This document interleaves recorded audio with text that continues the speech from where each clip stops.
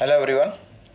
I have been discussing about genetics, that is the principles of inheritance and variation in chapter number 5.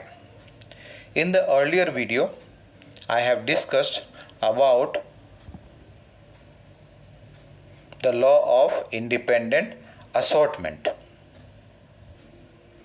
and discussed as to how the two pair of characters, they do not affect each other. They are able to assort independent of each other's effect.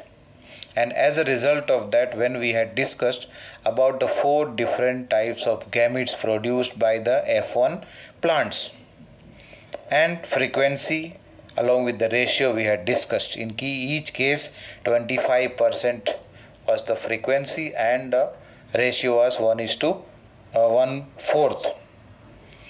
Now when we write down the pollen grain, that is genotype of the pollen grain and the egg, we find out as to what is the ratio that we have discussed in the dihybrid experiment, that we had received as the ratio as what? 9:3:3:1. Now coming to the limitation, some limitations are there of this law of independent assortment. What is the limitation over here? That it is applicable only on those cases where the two pair of genes which are controlling the two different characters are located on different pair of homologous chromosomes. Here we have discussed earlier about the color of the seed and the shape of the seed.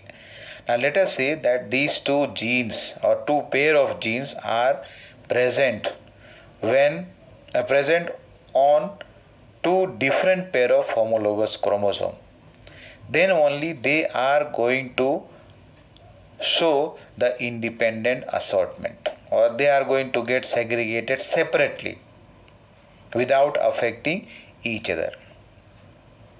That means over here the genes of some pairs of chromosome are not assorted independently. Means here when we are talking about the application, means where it is applicable, only in those cases where what happens, the two pair of genes are located on two different pair of homologous chromosomes. That means what? That the genes which are present on the same pair of homologous chromosomes, then they are not going to independently assort. And later on we will be discussing about the topic linkage. At present I am going to discuss about the next topic, that is chromosomal theory of inheritance. What is that? Chromosomal theory of inheritance.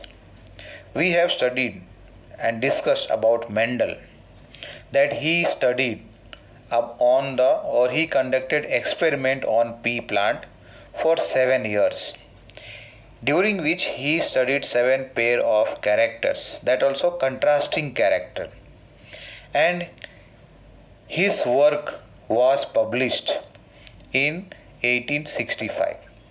His work was published in 1865 but was not recognized till 1900. Means you can see here next 35 years it was not identified, not recognized by the scientist or the biologist of that time. There are some reasons why his work was not recognized. We will discuss here in 4 points. First of all, in those days, we are talking about 1865. Communication problem was there. Means communication was not so much easy as it is now. Now we are able to communicate with anybody or everybody even though we are located at very far distances, because communication is not difficult now. Communication has become now very easy. But in those days, here we are talking 1865, what happened? The communication was not so much easy, and so that's why his work could not be widely publicized. Means it was not made public, it was a difficult task. Second point here we are talking is about the concept. His concept, he had used the concept of factors. That is, the word factor was used by Mendel, which was according to him a stable and a discrete unit that was able to control the expression of some traits or characters. Means one factor is going to control the expression of a character. Of the pair of allele, means out of the pair, one pair of allele is there. Earlier we have discussed in monohybrid experiment, if you remember, one dominant, one recessive, or both dominant, both recessive. So whatever the genes are present there, they are able to control the expression of the particular trait. And this did not blend or mix with each other, means their expression did not mix with each other. This concept was not accepted by the biologist of that time. That is why biologist of that time means contemporaries. His contemporaries means during his time those biologists or scientists were there, they did not accept this, or they were not able to accept the concept that was explained or otherwise made public by Mendel. As a result of that, he did not get the recognition for his work. Third point here, it is about his approach. When he grew the pea plant in the plots, what he had done, he had maintained a very good record as to how many seeds he planted, then how many plants grew up, how many were tall, how many were dwarf. And then in case of the dihybrid experiment, we have discussed about the shape and color of the seed. So everything he had maintained that. Means he had used over here statistics. That is a, you can say, branch of maths or mathematics. So during that time or during his time, biologists did not accept that as to how he could mix maths or how he could bring maths in biology over here, that is biological studies or biological phenomenon. How can Mendel mix both of these? So that is why here we are talking that the concept of using mathematics in biological process or biological phenomena was a totally new thing, and due to that the biologists of that time did not accept it. And fourth point is, Mendel was not able to provide any proof, any physical proof for the existence of his factors. He had used the word factor. Now we know that factor as genes. Means what? Here, what we are talking, that Mendel could not provide any kind of proof for the existence of the genes or the factors. Neither he was able to explain or say anything about how they were made or what they were made of. Though his work and findings suggested that factor, now at present known as genes, were discrete units because they did not blend or they did not mix. Let us come to some historical part here. As I said earlier, that his work was published in 1865, which remained unrecognized till 1900. So in 1900, what happened? Three scientists independently, they rediscovered the result that Mendel had announced 35 years back. Mendel had found out, or his observation he had publicized 35 years back was reinvented or rediscovered in 1900. These three scientists were, one was De Vries, second one is Correns, and the third one is what? Von Schermark. All three of them independently carried out the experiment like Mendel had done, and they confirmed it that what Mendel had discovered or observed 35 years back was correct. But by this time, that is after 35 years from the date or from the time Mendel had publicized his work, there was lot of advancement in the scientific world. Advancement was made in the microscopy, means better or good microscopes were discovered, which enabled scientists to observe and study the cell division. You know about the cell division, how cell divides, either in case of mitosis or in case of meiosis. And this led to the study of the internal structure of the cell, ultrastructure of the cell. And due to this, what happens? Chromosomes were discovered or chromosomes were studied, which are found inside the nucleus. Now chromosomes, the name chromosome means what? Colored bodies. And these chromosomes can be seen under microscope only by staining procedure. Means we have to apply stains on that so that it becomes colored, without which they cannot be seen even under the microscope.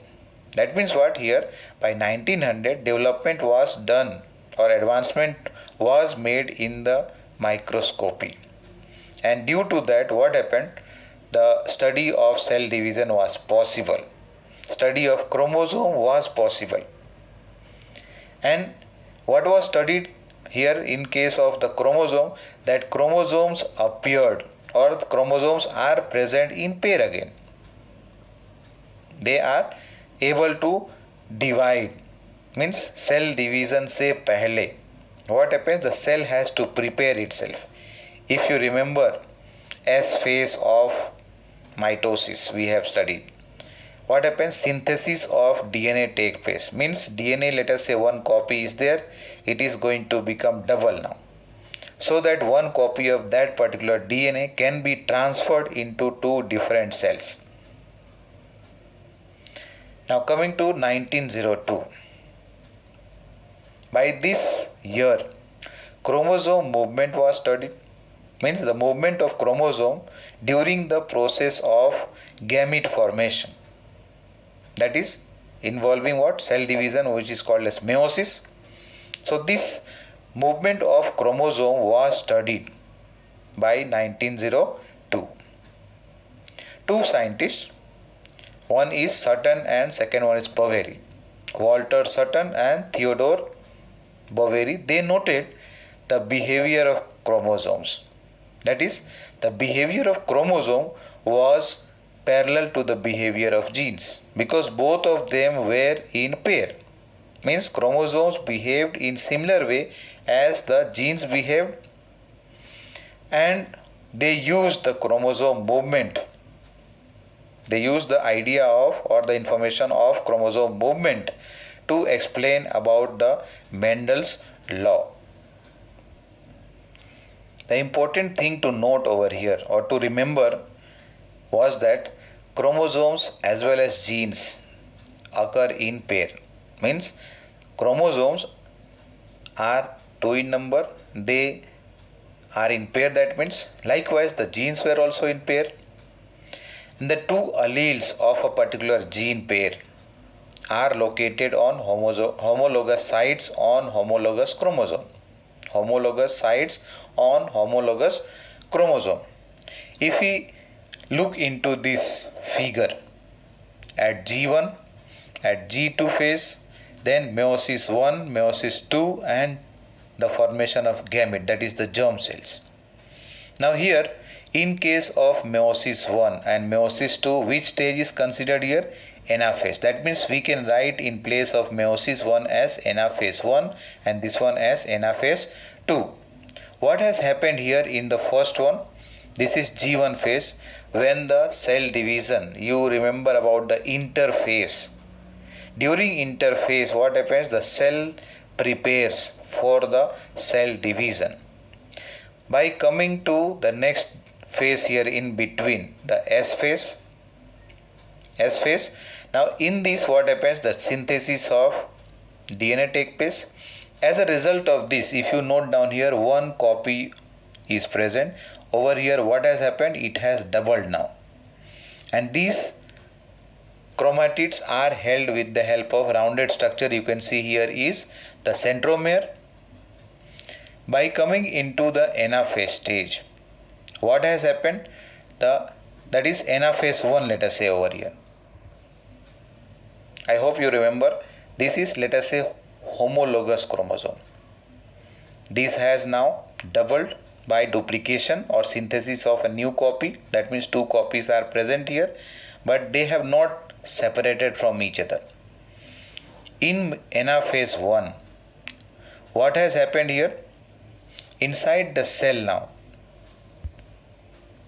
these homologous chromosomes move to the opposite poles so that one copy reaches into one cell. And after the cytokinesis, that is division of the cell, what has happened? Two cells are formed which are having one copy of the chromosome. And by coming into meiosis 2, that is the second meiotic division, anaphase 2 here we can write, what has happened? The centromere has divided. As a result of that, the two chromatids are separated here. Two chromatids here. Likewise in both. Now this is going to now divide by cytokinesis, that is cell division, as a result of which two haploid germ cells or the gametes are formed from this cell, and from here again two cells. So as a result of meiotic division, what happened? The diploid chromosome has been converted here into haploid gamete here. Coming further, same thing over here I have mentioned as to what is happening during G1 phase, G2 phase, anaphase 1 and the anaphase 2. Now coming to this anaphase 1 and anaphase 2, let us once more consider. Here what I discussed now, the homologous chromosomes separate while sister chromatids remain together at their centromere. Anaphase 1 means this one. Duplication has taken place already, but what has happened here? The sister chromatids are held together to the centromere. They have not separated. In anaphase 2, what has happened? It begins with what? Simultaneous splitting of centromere. Means the chromosomes, all the chromosomes that are there, they are having the centromere. The centromere divides. As a result of that, what will happen? The centromere divides, as a result of which what happens? Over here, these two sister chromatids are going to move into separate. This one is going to move here and the other one to the other cell. That is a result of that. As a result of that, 4 gametes are formed here. Coming further, the table over here, this is the difference between the chromosome in the column A and genes in the column B over here. They both occur in pair and segregate at the time of formation of gamete. The third point over here, this is independent pairs segregate independently of each other. Means whatever pair of the chromosomes are there, independent pairs, they segregate independent of each other. Means without affecting each other. Whereas in case of genes, one pair segregates independently of the another pair. These are also present in pair, But we are talking about the genes, and this one on the left column we are talking about the chromosome. Now coming to the anaphase 1, what we had discussed here. In case of anaphase 1, what happens? That is, during anaphase 1, that means meiosis 1 I am talking here, the two chromosome pairs can align at the metaphase plate, and that also independent of each other, means they do not have to depend on each other, they are independent of each other. In order to understand this, let us see the figure below over here. This figure is showing the independent assortment, what we have discussed in the earlier topic, independent assortment here we are talking. So to understand this, let us see this figure on the left and right column. Now here on the left side, that is, let us say possibility 1, and on the right side let us say possibility 2 over here. In this, what is present? Please note down over here. This is on the left side long orange and one short green. The right side over here long yellow and short red over here. Now during meiosis 2, that is anaphase, this is at anaphase 1, or otherwise you can say anaphase of meiosis 1. And the second one over here you can see, this is meiosis 2, anaphase in meiosis 2, or directly we can write here anaphase 2. What has happened here? Both have got separated, and in the next step, that is the second meiotic division has taken place. As a result of that, what has happened? 4 germ cells or the gametes have been produced. In case on the right side, that is possibility 2, over here the two chromosomes that are taken here, one long orange which is present with short red, whereas over here what is there? Long yellow which is with short green. If you see both of these cases, this is exchange over here. What has exchanged here? The short arm over here.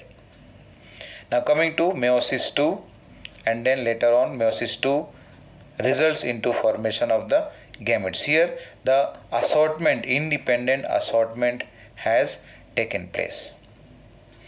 Later on what happened? Sutton and Boveri, they argued, means they came to a conclusion that pairing and separation of this pair of chromosome will lead to segregation of the pair of factor, that means the genes over here. If the chromosome, that is the pair of chromosomes, are going to pair with each other, later on they are going to get separated, and this is going to lead the pathway for segregation of the factors, that is the genes also. And later on what happened? Sutton united or combined the knowledge of the chromosome segregation with the principles of the Mendel, means whatever was observed by Mendel, that is Mendelian principle. Once more, Sutton, what he did? He combined the knowledge of the chromosome segregation with Mendelian principle, and then he called this as by the name chromosomal theory of inheritance. Chromosomal theory of inheritance, and this was supported by following observation. That is, during meiosis, what happens? Homologous chromosomes, they pair. Homologous chromosome pair migrate as a discrete structure which are independent of other chromosome pair. Later on the sorting takes place, that is the sorting of chromosome from each of these homologous pair of chromosome into the gamete appears to be random. It does not follow a particular kind of fashion.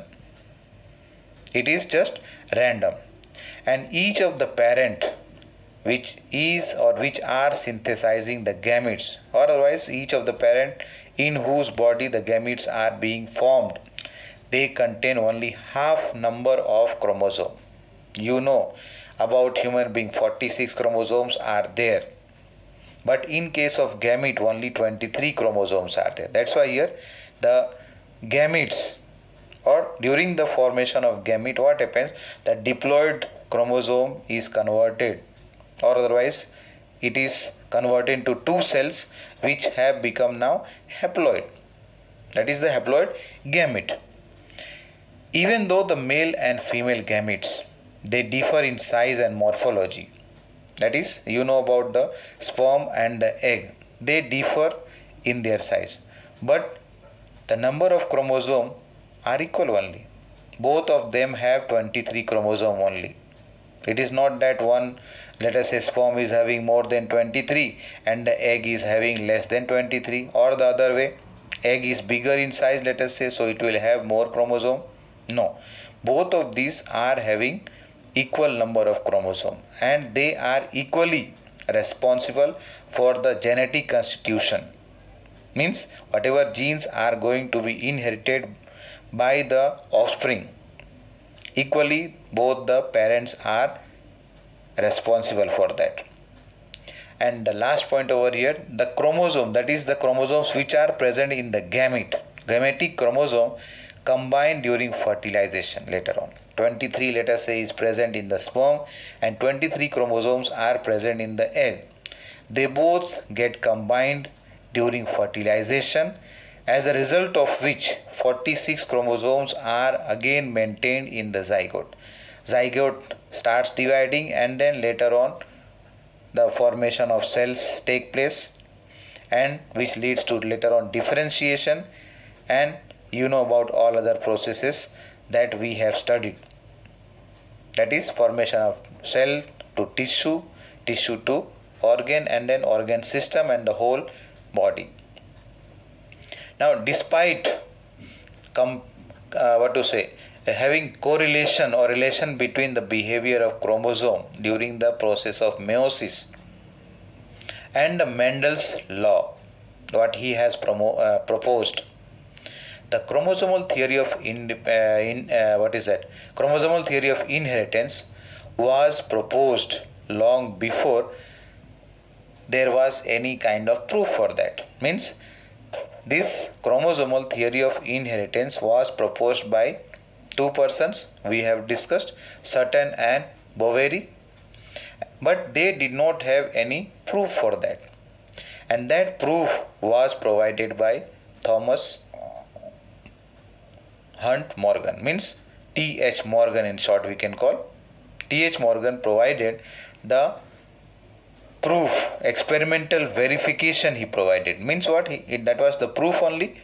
Means following the idea of Mendel and the ideas of Boveri and Sutton.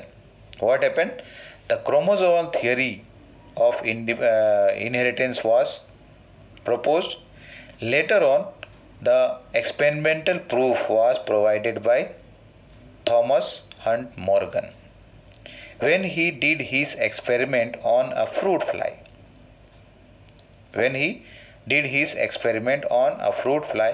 the scientific name of this is Drosophila melanogaster. And there are some reasons why did he find Drosophila melanogaster as a suitable sample to study about the inheritance. Same thing can be formed into a question, that is, why did Morgan find fruit fly to be suitable for his studies? There are some reasons for that. Let us see this reason. First of all, that it was suitable. Why? Because this could be grown, fruit fly could be grown in the laboratory by giving the nutrition. And that also, what kind of nutrition over here?